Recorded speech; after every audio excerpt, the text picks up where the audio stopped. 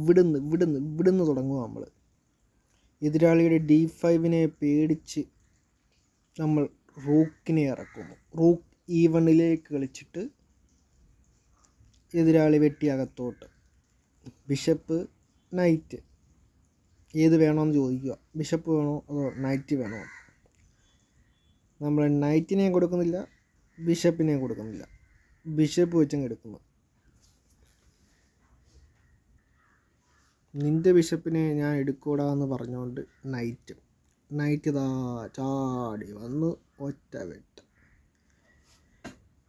നമ്മുടെ ബിഷപ്പിനെ എടുത്ത് നൈറ്റിനെ നമ്മൾ വെറുതെ ഇടുമോ? ഇല്ല. റൂക്ക് വെച്ച് ചടപടേന്ന് തിരിച്ചൊരു വെട്ട്.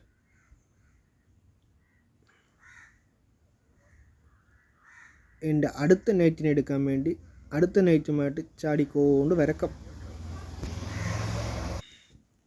പുള്ളി അവിടെ നിന്ന് നൈറ്റിനെ മാറ്റിയതുകൊണ്ട് തന്നെ നമ്മുടെ ആളിനെ വെട്ടിയിട്ട് ചെക്ക് വിളിക്കണമെന്നൊരു ഉദ്ദേശം ഉണ്ടായിരുന്നു. പക്ഷെ ഒരു കാര്യമുണ്ട്, ആളിന് സപ്പോർട്ടുമായിട്ട് അടുത്ത ആളെ കൊണ്ടിറക്കിയിട്ടുണ്ട്. F6 കൊണ്ടിറക്കി. F6 ഇറക്കിയ സ്ഥിതിക്ക് ഒരു ചെക്ക് ചാമ്പാം. Queen H5 ഒരു ചെക്ക് നമ്മൾ ചാമ്പിയിട്ടുണ്ട്. Queen H5. ഓടിക്കോടാ ക്യൂനെ എന്ന് പറഞ്ഞുകൊണ്ട് അവർ തിരിച്ചും മറുപടി. നമ്മൾ ഓടാൻ വേണ്ടി തുടങ്ങുന്നു. വീണ്ടും ഓടി ബാക്കിലോട്ട് മാറിയിട്ട് Queen F3 ഒരു മോശം മൂവ്മെൻറ്റ്. ബിഷപ്പ് കൊണ്ടുവന്ന് റൂക്കിനെതിരെ അറ്റാക്ക്. റൂക്കിനെ നമ്മൾ വിട്ടുകൊടുക്കുമോ? ഇല്ല. റൂക്കിനെ വിട്ടുകൊടുത്താൽ കളി നടക്കുമോ? ഇല്ല. നമ്മൾ നമ്മുടെ നൈറ്റിനെ കൊടുത്തിട്ട് നമ്മൾ ബിഷപ്പിനെ അങ്ങ് എടുക്കുക. അപ്പോൾ ആൾ ചാടിപ്പാടി വന്ന് നമ്മുടെ നൈറ്റിനെ അങ്ങ് എടുക്കും. വീണ്ടും റൂക്കിനെതിരെ അറ്റാക്ക്. ആൾ ഇതുപോലെ മുമ്പിൽ നിന്നിട്ട് നമ്മൾ വെട്ടാതെ വിടുമോ? ഇല്ല. നമ്മൾ ചാടി ഒരു വെട്ടക്കം.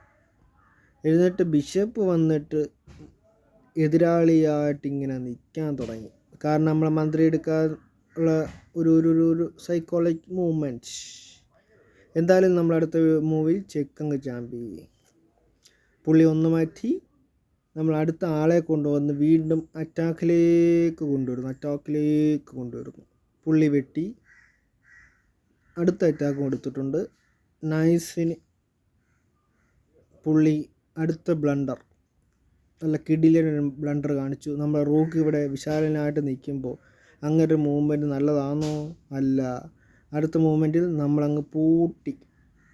അപ്പോൾ ഇതുപോലെയുള്ള വീഡിയോസ് കാണണമെങ്കിൽ സബ്സ്ക്രൈബ്.